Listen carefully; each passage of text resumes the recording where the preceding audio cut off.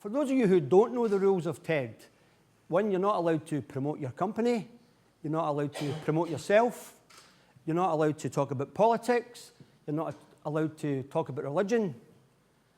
So I've got 17 minutes left. I think you should just talk among yourselves. I'm absolutely delighted to be invited here today, and I've been really inspired by the people who have already done their talks this morning. So I've used TED to actually get it enthralled, and hopefully I'm going to enthrall you about entrepreneurship and how it's all about, the idea of TED is about an idea that you could spread, hopefully throughout the globe. And when I say that, there's a potential for this, to be shown all around the world. So for the people in the Far East, I'm going to speak slowly, and that I mean Edinburgh. Okay. I'm not allowed to promote myself, but I have to tell you a wee bit about myself. Like Brendan, probably, so I can talk with a wee bit of authority about entrepreneurship. I'm 57 years old. You see, I was born in the Gorbals in Glasgow. I left school at 15 with no qualifications. Now, there's a lot said about this. I'd like to dwell on this for a second. The reason why I left school with no qualifications at 15 was from the age of 12 to 15, I only wanted to be one thing, and that was a footballer. And I dedicated those early teenage years to that pursuit. Unfortunately, I got a bad injury when I was 15. I was actually playing for Glasgow schools, and that was the end of my career as a footballer. And it's ironic, when I go around school today, and I was in my old school last week, and I was talking to the pupils, and they say to me, are you not upset that you didn't make it as a footballer? And I say no, because I don't think I could live on the money that they earn today.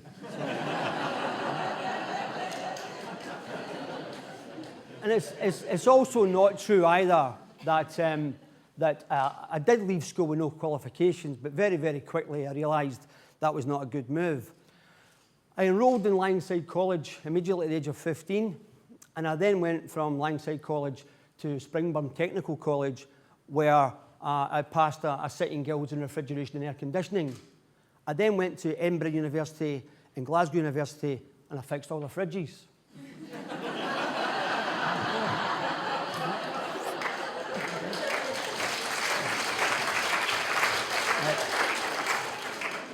We'll just keep going with the comedy, right? We won't bother with the story. I'm getting a better reaction probably to my idea.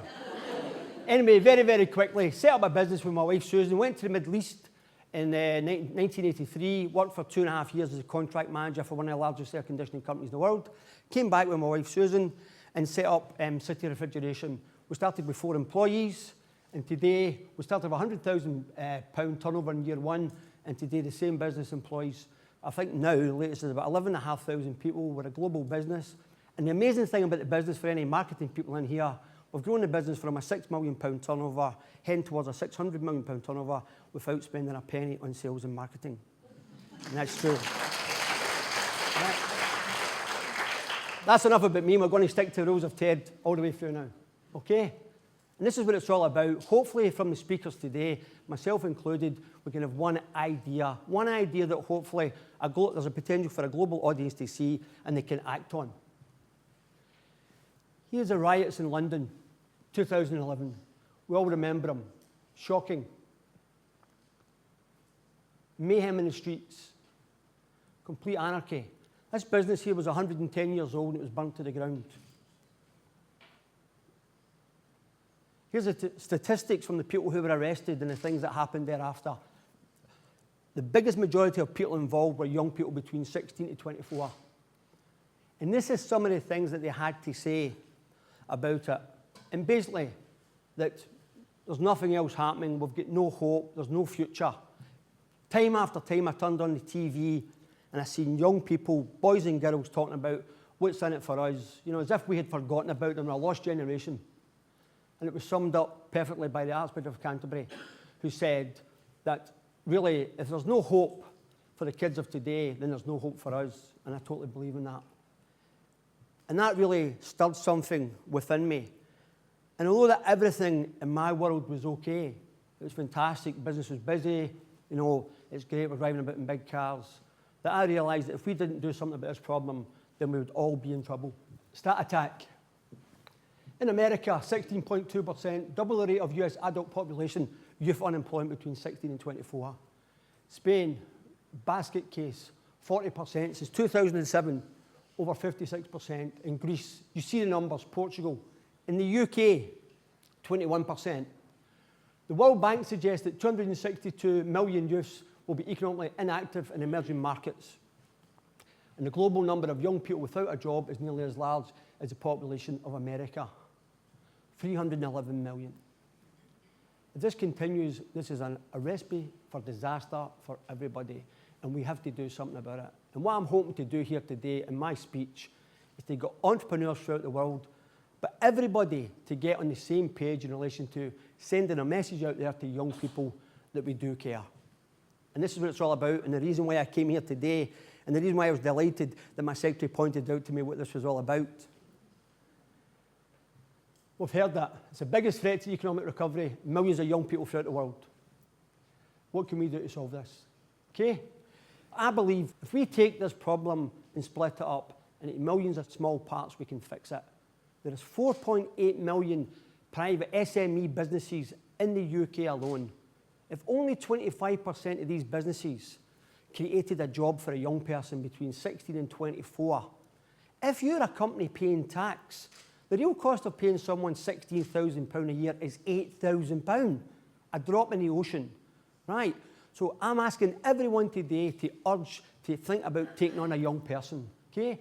We cannot stand by, business people cannot stand by and wait for governments to make changes that are going to fix the economy and help it grow. We are the driving force of the economy, and we have to step up to the plate. So what I want to do now is actually give an idea. We've heard earlier, some of the people have mentioned David Hume, great philosopher. We've heard about the Enlightenment. I honestly believe that every time there's been a quantum required over the last centuries, Scots have stood up to the plate. If you go back to the Enlightenment with some of the cleverest people in the 1700s, 1800s, 1900s, we were at the heart, we were the Enlightenment. We were at the heart of the Industrial Revolution, right? People there have blazed a trail across the world, and really, it's now time, I believe, for Enlightenment too, and it should start here, in Ayr, in Scotland, right through the UK and global. And here's the idea. You probably, everybody's seen you've got a small H beside you. And what we're going to do here today is start to give youth all the hope in the world that they need. Okay? This was started in Glasgow about 10 months ago. And what we've done in that short time is I've wrote to 47,000 private businesses. I didn't email them, I wrote to them. And I asked them to think about starting a young person. And in that short period, we've already created 3,116 jobs. And hopefully it's grown every single day. I got a call yesterday where the Glasgow Health Board had taken on 70 apprentices. Fantastic, and it's growing every single day. And it's just about getting the word out there. Here's an idea which I honestly believe can create hundreds of thousands of jobs overnight. Okay, and I believe it because I've proved it. There's been much said about the amount of jobs that are going to be created over the next 10 years in green technologies, wind, solar, turbine, all of these things.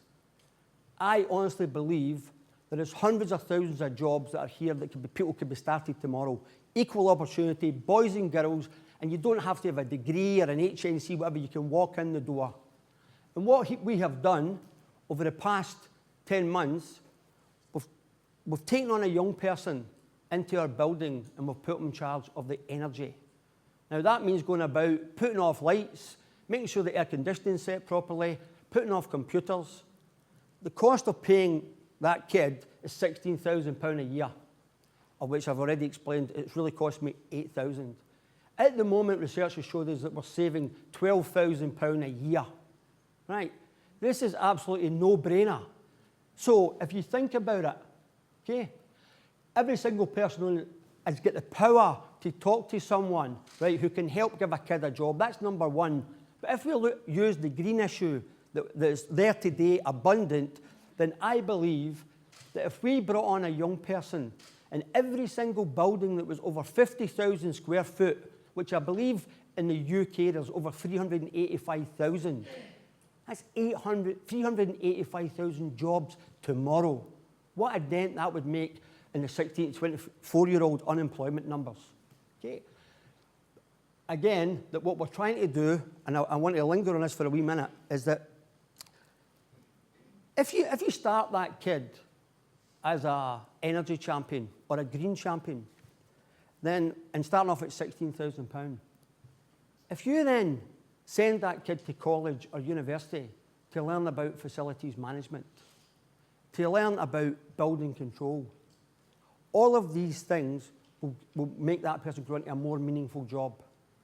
If we had someone who knew about the building and could deliver savings in both energy and in waste management, then for me, then this job would grow to £25,000, £30,000 a year, and I would actually be making money.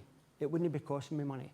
The money I would be saving through the efforts of that person, I can absolutely guarantee you would flow right to the bottom line. So, if we want to be real radical, there's been loads of talk of the carbon climate tax. It's not been introduced. The UK government signed up to the Kyoto Protocol, the Montreal Protocol, but no one's moved. In fact, I believe that Australia was the first company to introduce the carbon tax. And believe me, there was people in charge of big businesses in Australia ready to throw themselves off the roofs. The carbon tax in some countries can be as much, the levy could be as much as 10% of your annual turnover. So can you imagine to these huge corporations what it would mean to them to have young people in their businesses working as energy champions, the amount of millions it could actually save them, right? So for me, if we want to be real radical about this, business is up in arms. We're all up in arms at the moment because the government is coming to tax us. They're taxing us to death. And we hate the fact that we give them all this money and we don't believe that they spend it wisely. So what I'm encouraging every entrepreneur in Scotland, every entrepreneur in the UK is, don't wait about to get taxed to death. Step up to the plate. You've heard it through the theme for most of the speakers today about young people. I think you'll hear it again in John's speech. I know you'll certainly hear it in Marie's speech. And I think that if we want to be real radical here, right, why does Vince Cable not think about making it law? Why not make it that everybody that has a building over 50,000 square foot better have a young person as an energy champion?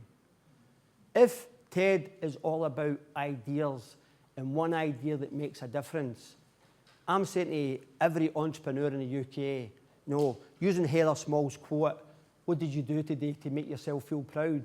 Think about taking on a young person. Thank you very much.